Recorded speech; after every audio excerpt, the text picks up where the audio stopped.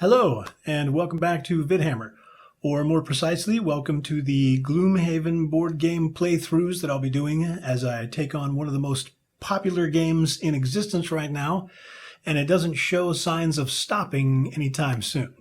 Jaws of the Lion, Solo Scenarios, Frosthaven, pre-ordered. Now, all of these games are played pretty much the same way, so I've decided to make this little video to show people that aren't familiar with it just what all this stuff really means. In terms of D&D, think of this as like the session zero that sets up the entire campaign. If you don't know what D&D is, I weep for your soul. I'm putting in a little disclaimer here.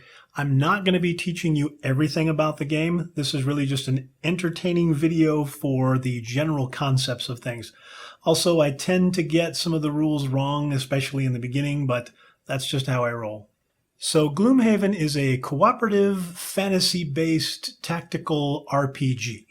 What I mean by that is you and your friends work together as a team, fighting off dragons and skeletons and other beastie-type things with your swords and shields and, of course, magic. Now, I know what you're probably thinking. Isn't that just D&D?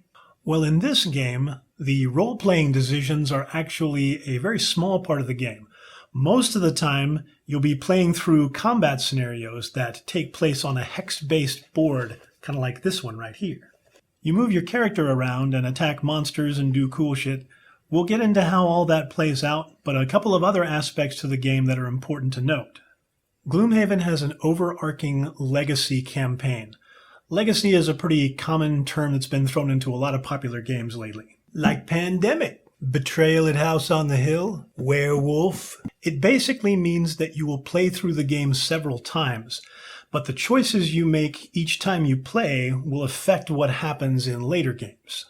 It also means that the fiber of your very being will be ripped apart when the game tells you to tear up certain cards once you've made your decisions. This part of the game is evil. Yes, it serves to solidify the permanence of your decisions, but it is psychologically painful the first time you have to do it. Mental anguish aside, this is an amazing game, and it's mainly due to how the characters go about taking their actions. Everyone chooses their own unique character at the start of the game. They all play quite a bit differently, and don't bother getting too attached because you will be changing characters a few times as you play through this game. Each character comes with its own unique set of ability cards. Now, depending on your character, you'll start with somewhere around 9 to 12 of these cards in your hand, and that's all you'll get, so how you go about using them is paramount. Each individual card has 3 main areas. There's a top action, a bottom action, and an initiative value. At the start of each game turn, each of the players decides privately 2 cards that they're going to play during that actual turn.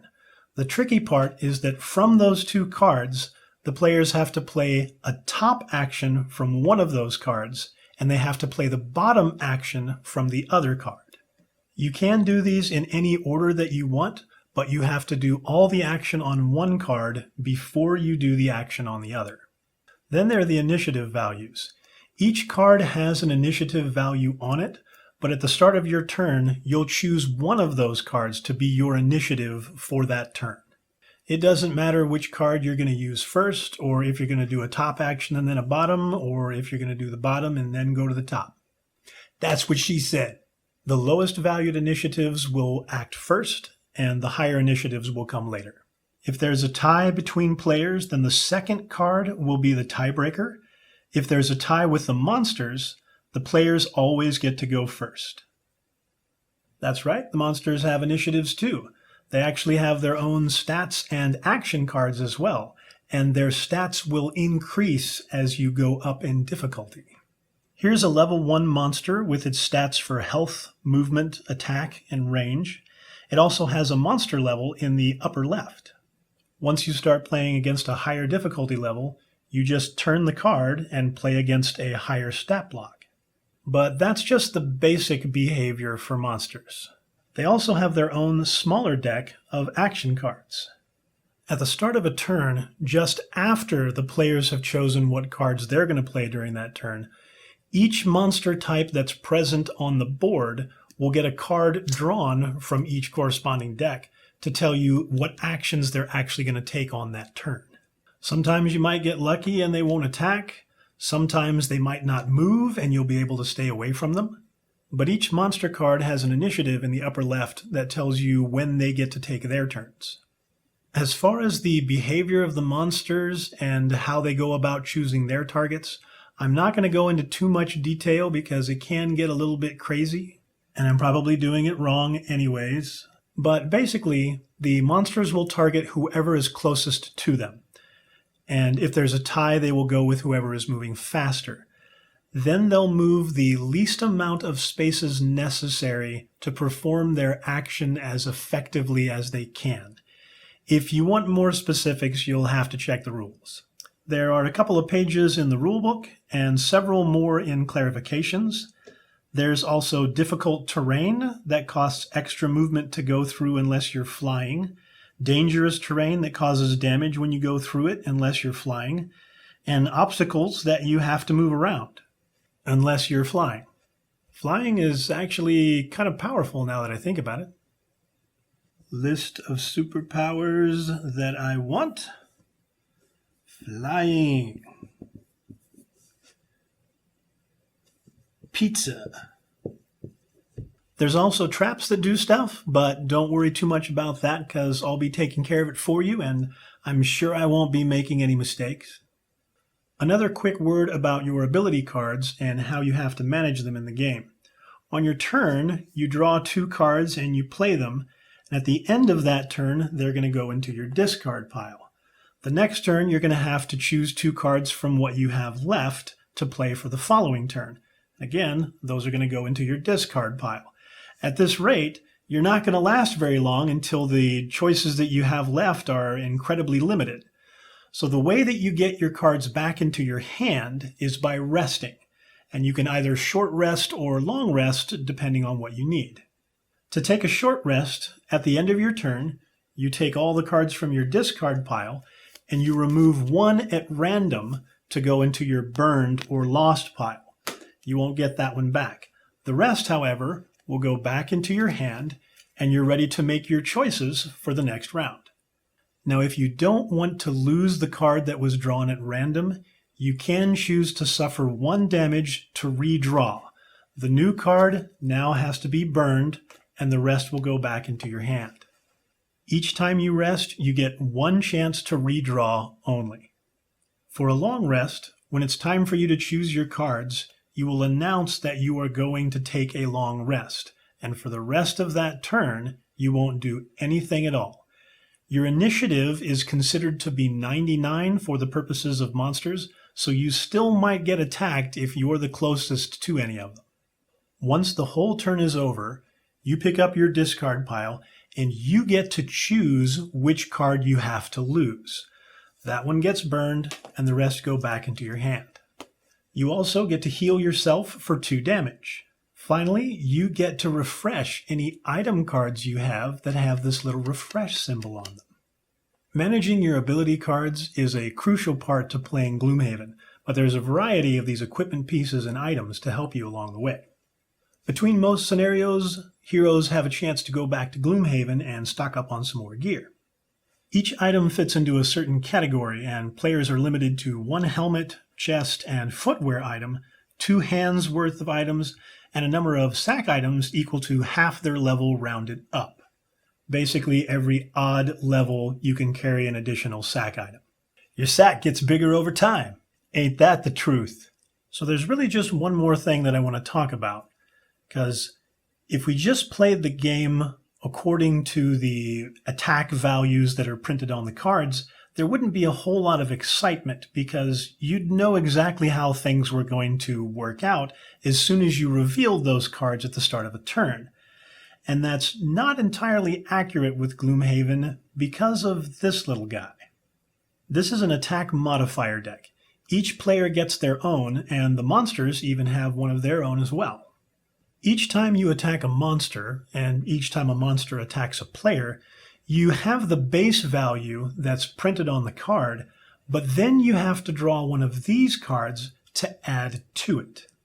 Now, there are a good amount of +0 cards that won't really change much, and some +1s and -1s as well. But there are only a few cards with significant changes, with one being a ×2 card that doubles the total value of the attack, and a wonderful miss card. There's a little sarcasm in that wonderful, just in case you were wondering. So the card that you draw alters the value of your attack, which drastically spices up the nature of combat.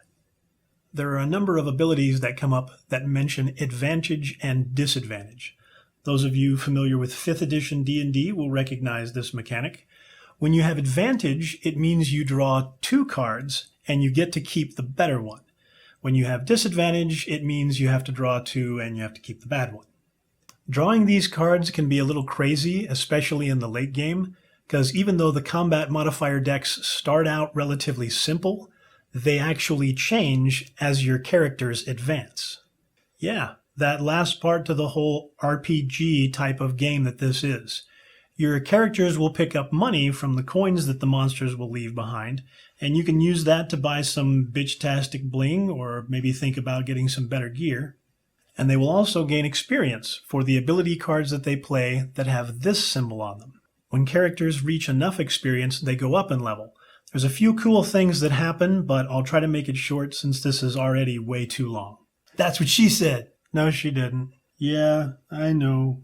First thing that happens when you level up is you get more health. It's different for different characters. Big surprise there. You also get a new character ability card. You have to choose between 2 different possibilities, but the one that you choose will go into the pool of cards that you can choose from each time you go on a scenario. Yeah, everyone starts with 3 extra cards that you can actually choose from, but you're still limited by how many you can take on each individual scenario. Another thing you get is a perk. I know it's getting confusing, but perks are where the cool stuff happens. Perks are what allow you to change your combat modifier deck.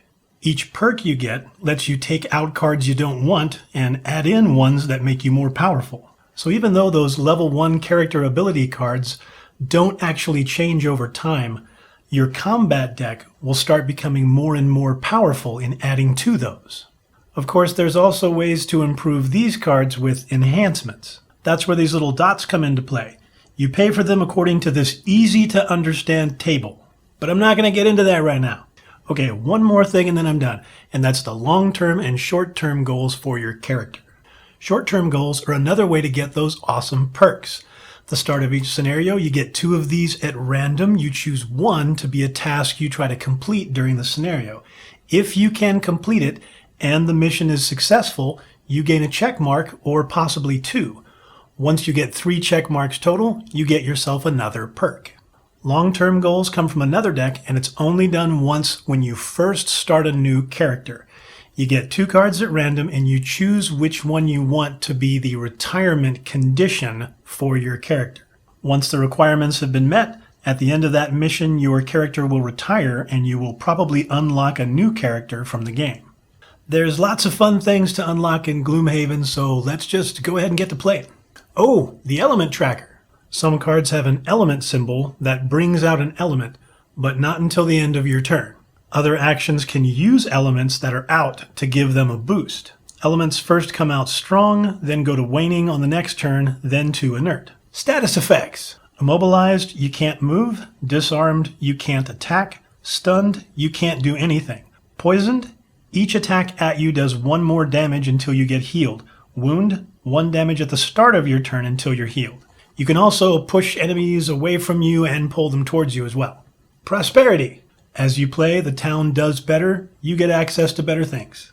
City and road encounters. Choose option A or B depending on whether you're good or bad, and stuff happens to you. Party reputation. Depending on whether you're good or bad, stuff happens to you. Monster difficulty, gold, trap damage, bonus experience, all based off of scenario level. Giving it the Great Oak to get 2 blessing cards into your combat modifier deck at the start of the scenario. Blessings and curses. Extra ×2 and miss modifiers that are put into your deck, but they're removed once they're actually played. Generic actions for each card of attack 2 or move 2 if you don't want to use the actual abilities. negative scenario effects in the flavor text at the start of a mission. But again, don't worry about any of that because I'm going to be taking care of most of that for you. And I'm sure I won't make any mistakes. Now, sit back, relax, and enjoy a wonderful game called Gloomhaven.